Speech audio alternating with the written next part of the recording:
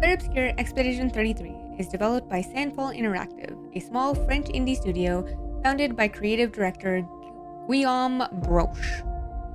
The team created the turn-based RPG with roughly 30 people, focusing on a high-fidelity AAA indie approach. The game is published by Kepler Interactive, and it's set in a dark fantasy setting, getting inspiration from the Belle Epoque period in French and European history.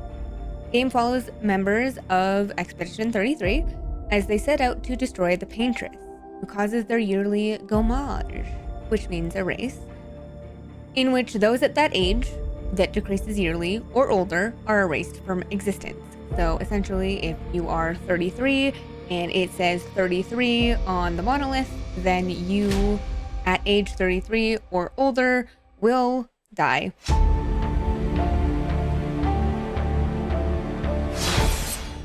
Hey there, my Blood Moon Pack. It's your werewolf goddess, and today we're diving into the painted artistic world of Clair Obscur Expedition 33. Now, I'm not normally a turn-based style gamer. I've played a little bit of some Final Fantasy with the turn-based in there. Hasn't really been my thing. However, I do love a good story, and Clair Obscur Expedition 33 most definitely fits that category. I knew I had to do a review on this game because of how much it captivated me. This isn't about winning Game of the Year or that it has an amazing soundtrack, which it does. I was also engrossed in the story, so immersed. And those types of games are really hard to come by nowadays. They did an amazing job developing the game. The aesthetic draws you in the right ways, and it's such beautiful art and sound design that you just feel like you are in it. The music is absolutely beautiful and matches the surroundings so well, depending on your situation as well, boss fights, whatever, it's amazing. Considering that Clair Obscur translates to light and dark and the themes of the game, it does so very, very well.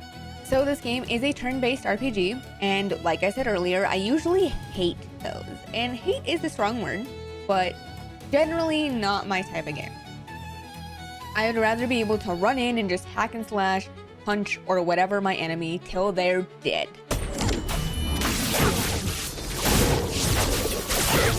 Clair Obscur, however, does it differently so that it's not just any turn-based combat game. There are quick time events during battle that makes it so much more interactive and fun.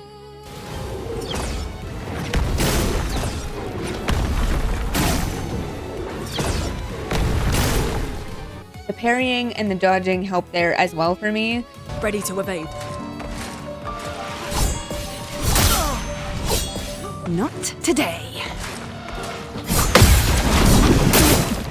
I played on the easiest difficulty as I prefer to play for the story in these types of games rather than having things be too difficult or, having to go in and die 50 billion times before you get that part of the story. Kind of annoying to me. I did have some issues with bosses, but I resolved them and I did have my chat helping me. So there was a boss or two, I think Goblu was one that I had some issues with, and I believe I died a few times near the end of the game as well. But I had my chat helping, which was very nice. I didn't super pay attention to the Luminas and Pictos right away either because I had gotten as far as I was in the game without them. So nothing really seemed overly difficult, but I did notice that the Luminas and the Pictos and your build for whichever character, any of the characters really does help. And it really does help you if you're stuck. So, if you're stuck, look at your Luminas, and your Pictos, and see what you might be able to do, change around with your build to make it a little easier.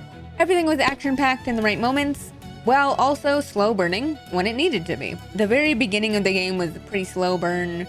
It got to the meat and potatoes right away, so you kind of understood what was going on, why there's expeditions, so on and so forth. But it was still slow.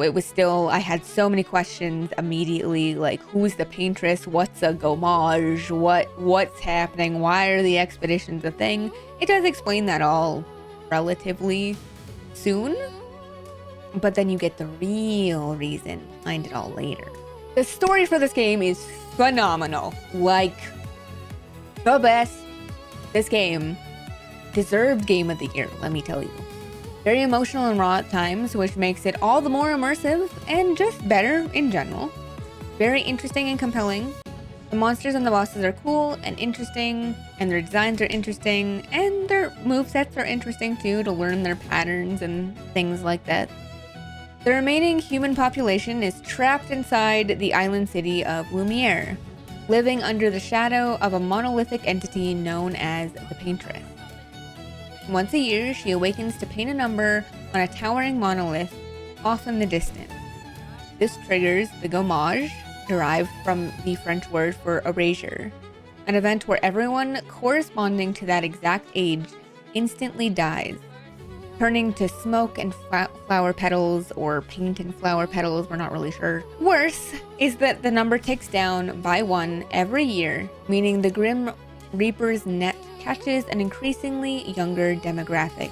It's such a sad start, and once you discover the true nature of things, it makes things even more sad, and really makes you feel for your party of characters. But it also helps you to get to know the situation and what your characters feel. Should you decide to go around and talk to all the people you're able to, especially at the very, very beginning, it immerses you that much more. I personally feel for Mayel so hard. Mayel is probably my favorite character, and quickly became my favorite in many ways. She's very relatable, and I have been through very similar things as her, so I understand her character better in that way.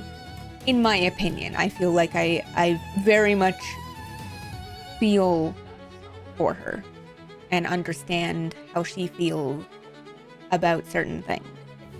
It made me feel more drawn to her, which obviously is very good. If you can get attached to characters in a game, then that's a 10 out of 10 right there. She's also badass in combat, especially if you have the right build.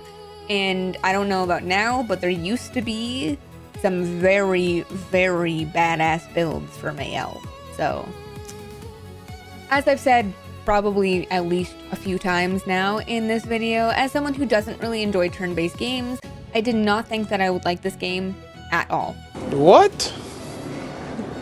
Bro, what are you talking about, man? Like, I really didn't. It was on my radar. It looked interesting. I kept hearing so many things about it, but I didn't think I was ever going to play it. And I'm glad I did. The story really, really resonated with me, especially as someone who has lost a lot of people in my life, and grief looks different for so many people. And this game does a great job at showing just that. Watching the characters go throughout the game and feel the things they feel really stuck with me. I cried or teared up a few times during this game because I felt so connected to the characters. So devs, good job. You did amazing. Thank you. Clair Obscur isn't just a game. It's an amazing story that makes you want to stay with the characters and relieve them of their troubles and grief, which made me feel like it was made for me. I am just so extremely happy that I decided to play it. 9 out of 10 for my paw print of approval. Game is a must play. Seriously. Go play it. Even if you don't like turn-based games, go do it. It's a good game. I swear. So, that begs the question and leaves me wondering. Have you played Clair Obscur Expedition 33? Did you have a favorite character or someone you resonated with as much as I did with Mayel? Because damn, that girl and I have so much in common. It's a little bit crazy. Did you survive the game without shedding a tear? The brave ones out there. I did cry. I did. It happened. This game will leave you really thinking and really will stick with you. Let me know in the comments what you think, or better yet, come hang out in my next stream on Kick, Twitch, or YouTube and tell me what you thought of this video. We'd love to have you, like, honestly. And this game is so amazing, how could I not continue to talk about it? Like, I don't care what game I'm playing on stream. If you come visit me, I promise we will have a whole discussion about Claire Obscure, and I will be very, very happy to have that conversation with you. So, thanks for watching. Remember, dare to climb, but don't be afraid to fall. And I'll see you when the blood moon rises. Mwah.